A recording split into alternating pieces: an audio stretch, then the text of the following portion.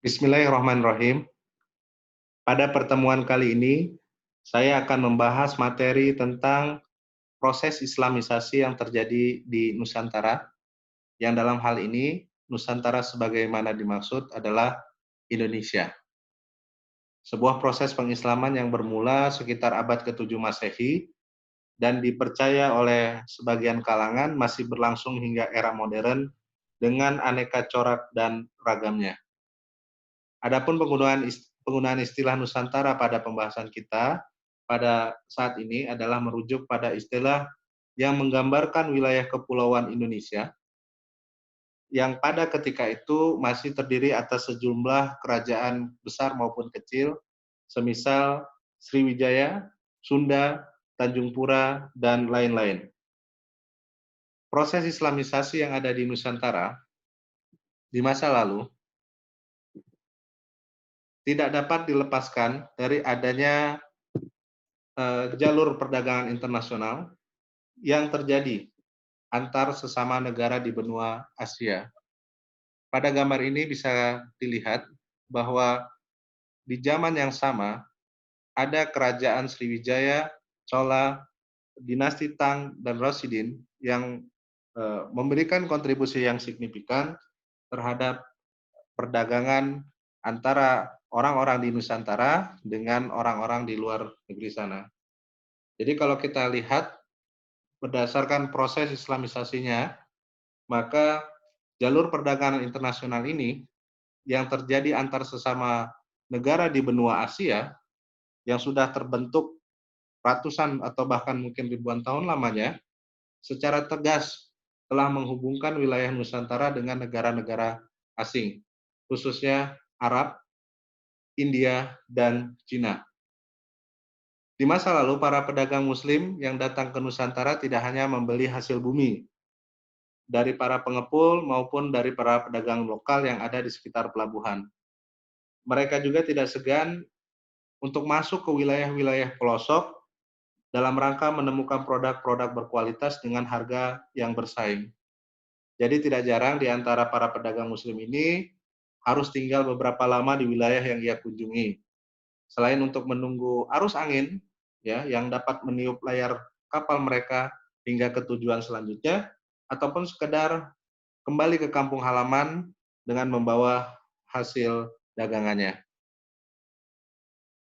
Kemudian di tengah penantian yang eh, tidak sebentar ini juga, ya, para pedagang melakukan interaksi yang insentif, ya, yang intensif maksud saya, dengan para penduduk lokal. Semisal dengan pemilik rumah atau orang yang menyediakan rumah bagi penginapan mereka, para pelaku pasar tentunya, sah bandar, ya, dan para penguasa di wilayah tersebut. Jadi tak jarang para pedagang ini kemudian ada yang memilih untuk menetap dan ada pula yang tidak sedikit menikah dengan penduduk lokal. Dan kemudian dari pernikahan inilah mereka lalu memiliki banyak keturunan dan berkembang hingga saat ini. Selanjutnya, para pedagang Muslim ini juga tidak segan berbagi ilmu pengetahuan mereka dengan penduduk lokal, karena tidak semua yang datang, ya, pada masa itu adalah dengan tujuan dagang saja, tetapi ada juga yang datang dengan maksud untuk menyebarkan agama atau dalam hal ini menyampaikan kebenaran dakwah. Bahkan dari usaha dakwah yang dilaksanakan oleh orang-orang Muslim ini, ada di antara para penduduk yang kemudian memilih untuk masuk agama Islam, serta menyebarkan ajaran tersebut kepada anggota keluarganya. Di masa lalu, para penguasa termasuk sejumlah raja-raja yang ada di Nusantara tidak menganggap pedagang Muslim ini sebagai ancaman. Apalagi di antara para pedagang ini terdapat kaum ulama atau cerdik pandai yang mampu membagi ilmu pengetahuan, termasuk hal-hal yang berkaitan dengan agama, kepada para penguasa.